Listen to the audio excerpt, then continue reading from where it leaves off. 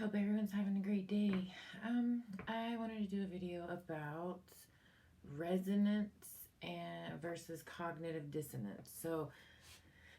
Because I understand it on an energetic level, I am going to explain and I have some stuff written down as far as definitions. So resonance, when you think about that, just music, resonance, something that you resonate with, anything on a vibrational level, it's just something that makes you feel good. And that's something else I want to say. So to me, nothing is good or bad. Everything just is. And I can do a video or we can talk about that also. But I will say good sometimes, or I usually don't say bad, but just to get across what I'm trying to say. But yeah, there is no good or bad. Everything just is.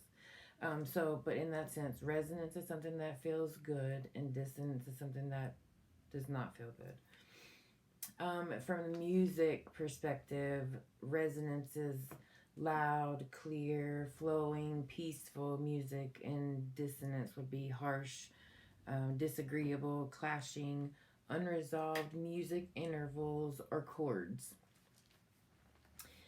So, first of all, the reason why I'm starting to talk about this right now is because I'm seeing it in a lot of different people, different perspectives, different things. I'm going to give some examples to make it a little bit more understandable, but I'm just seeing it in the world, on the TV, just everything that's going on because of everybody's different belief systems, and people aren't able to understand that it's okay. Everybody's truth is truth, and that's okay. And we need to learn to have compassion for that. Yes, I understand there are things that people would like to change, but everything happens for a reason, and everything is how it is, and it's supposed to be that way. So, I've written a lot of this down because I'm trying to get my thoughts out on paper to make it more understandable. So when I say these things, people understand what I'm talking about. Okay, so cognitive dissonance is the discomfort experienced when two beliefs are incompatible, or a state of having inconsistent thoughts, beliefs, or attitudes, especially when having to do with behavioral decisions and attitude change. So, cognition is a piece of knowledge. Cognitive functions are brain brace, brain, brain-based skills. Um, okay, so cognitive dissonance, like those are just definitions I gave, but how I see it is a conflict that occurs when a person's behaviors and beliefs don't align. So you have more than one belief, or you aren't even sure of your belief. Your belief could be from a belief system that was handed down to you, passed down to you, handed down to you, from what you grew up in. And so you never made a decision about that certain subject. You just adopted your parents or the people that you're around, your communities, and that's your belief system on that thing. And a lot of the cognitive dissonance is people aren't it's hard for them to take in new knowledge or begin to look at something that's different than what they already believe. So, like I said, holding two beliefs that can contradict each other, and most people don't even know this. I'm gonna give an explanation in just a second. But the whole thing about this is it causes your energy to not be aligned. So imagine it like energy. If you see energy under a telescope, or from that perspective, bouncing around, two magnets that don't go together, so two negatives pushing against each other, you can imagine how the energy is just fighting, pushing away, not going in a flow. So I'm going to use food to kind of try to explain this from one perspective, and because this goes along with the weight loss, and this also goes along with fascia, and so I'm going to use food. So, food. You hold a belief, just say a donut. You hold a belief, but you still want to eat that donut, but in your mind, you're saying, if I eat this, I'm going to gain 5 pounds. But You have that back and forth feeling of, is it okay? Should I? Should I not?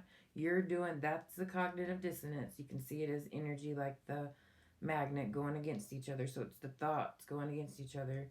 When really, what is your resonance? What do you resonate with? Does it feel better in that moment to eat that donut and go about your day and do what you need to do? Or does it feel better to not eat the donut? Because holding the two beliefs, one, I want to eat this donut, and two, if I eat this donut, it's bad for me, it's creating cognitive dissonance in yourself. So you're creating an energy blockage. And these are the things that get stuck from the emotional perspective in the fascia. Um, so, let me see where I was. Okay, so cognitive dissonance also creates addictions.